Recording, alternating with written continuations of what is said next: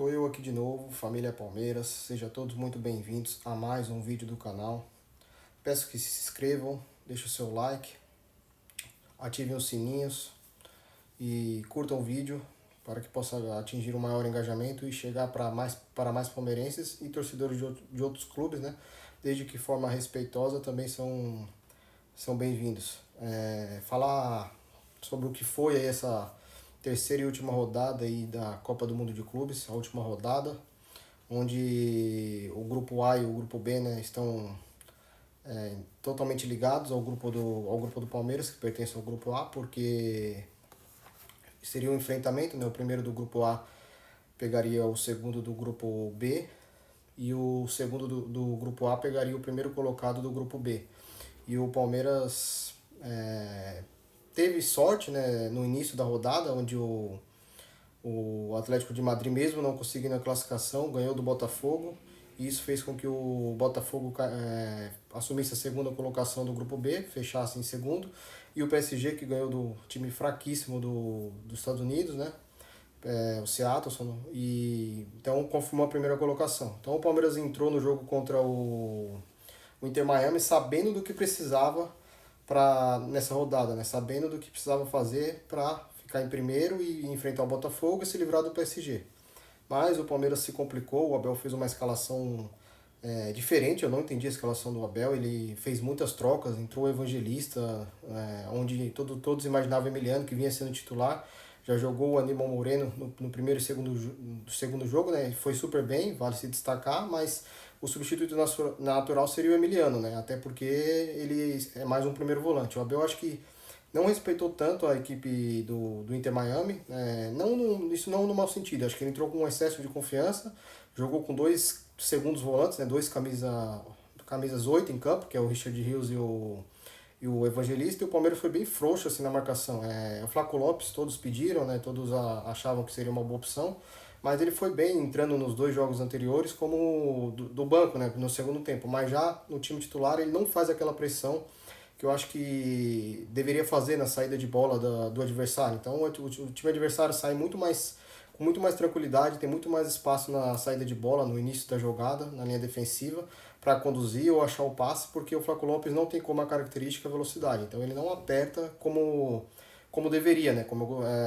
Como soa bem para o Palmeiras quando faz aquela marcação-pressão, né? Contra o Porto, o Palmeiras conseguiu fazer bastante.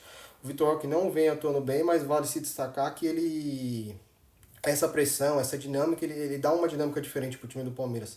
Ainda acho que tanto o Flaco Lopes quanto o Vitor Roque poderiam jogar juntos. O Vitor Roque poderia jogar na função do Facundo Torres tranquilamente, que nada, o Facundo Torres é mais um assistente de lateral, ele é muito mais um jogador tático, com a parte defensiva do que qualquer outra coisa. Toda a bola praticamente que ele recebia, ele voltava para o Piquerez, que é o ala ali, né? Ou tocava pro Piquerez voltando a jogada ou abrindo do lado na ultrapassagem do Piquerez. Ele não dava passes verticais, não arriscava muito o drible. A única coisa que fez foi um chute dentro da área que passou perto, mas ele teria por obrigação, né, de pelo menos acertar a direção do gol, né? Mas não foi assim que aconteceu. Então eu acho que o Vitor Roque poderia sim entrar no lugar do Facundo. E o Marcos Rocha também foi mal no jogo, não deu segurança defensiva para o sistema do Palmeiras pelo lado direito. Inclusive no segundo gol do Inter Miami, o Suárez, né, passou como quis da zaga do Palmeiras ali, passou pelo Evangelistas e passou pelo Gomes, né? E cara a cara ali cortou o Bruno Fux, que para mim é muito lento, não serve para ser zagueiro do Palmeiras, muito menos titular, talvez para compor elenco, mas ele é muito lento, ele tem que ser um zagueiro de sobra, mas para mim ele não seria a primeira opção. Ele ajoelhou no lance do Suárez, colocou o pé mole na bola e o Suárez passou e fez um lindo gol, né? Um bonito gol do Inter Miami. Já no primeiro gol, né, do Inter Miami, o Palmeiras fez uma coisa que não se faz nem na pelada, né? Todo mundo praticamente estava no campo ofensivo do Inter Miami, o Palmeiras atacando. E o Gustavo Gomes ali praticamente no mano a mano, né? Ele foi tentar dar o bote, errou também o Gustavo Gomes. Ele deveria ter ido para trás e esperado o Luizito Soares, né, pegar a bola, mesmo que girasse, ele teria que, tipo, muito campo ainda para avançar e andar, ele teria que correr para trás, né, para evitar o passe nas costas da defesa. E ele tentou dar o bote, O Luis Soares pegou a bola, antecipou a jogada, deu um lindo passe pro jogador do Inter Miami, né? Acho que é Allianz é o nome, até lembro o nome do estádio do Palmeiras, Allianz, alguma coisa assim, né? E cara a cara com o Everton, que nada pôde fazer, 1-0. Então, no segundo tempo, o Abel voltou com algumas mudanças. Achei que ele errou demais na escalação. Né? O Veiga, né, vale se ressaltar que muito apagado, não fez nada. E o Palmeiras no segundo tempo foi outro, com a entrada do Maurício. O Ala, mais uma vez, entrou muito bem, não sentiu a pressão do jogo. E, inclusive, deu um lindo passo para o Paulinho, que também entrou super bem, foi decisivo no empate do Palmeiras. Frieza ali na hora de finalizar. O Paulinho também, que no cruzamento do segundo gol, salvou um passe horroroso do Richard Rios, ele deu um carrinho, se esforçou muito, a bola voltou para o Piquerez, que devolveu para o Paulinho, fez o cruzamento, o zagueiro do Inter Miami tirou, se não me engano o Falcão, o nome dele, né? Tirou, mas tirou parcialmente, a bola sobrou pro Maurício, que chutou muito forte de direita, mesmo não sendo tão direcionado. O chute foi na direção do gol, foi próximo ali ao goleiro, mas o chute foi tão forte que o goleiro nada pôde fazer. O Estevão, mais uma vez, uma decepção, não decide jogo grande. E é isso, pessoal. Eu acho que agora, contra o Botafogo, o Palmeiras tem boas chances, né? Não, é um jogo muito equilibrado. Acho que se fosse contra o PSG, acho que o Palmeiras poderia fazer as malas e já pensar na volta. Agora, contra o Botafogo, tem chances de passar. Não acho que o Palmeiras é o favorito, acho que o Botafogo faz um campeonato melhor, faz um campeonato mundial melhor. Aliás, todos os brasileiros fazem uma campanha, em termos de desempenho, né? Principalmente, não digo nem só o resultado, melhor do que o do Palmeiras. O Palmeiras passou com 5 pontos e ganhou só do Al Hilal. Fez 4 gols. Há de se destacar que o Palmeiras não fez gol no Porto, o Porto que levou 6 gols, né? 4 gols do Al Hilal ontem, que aliás salvou o Palmeiras, né? Foi fundamental o que o Al Hilal fez.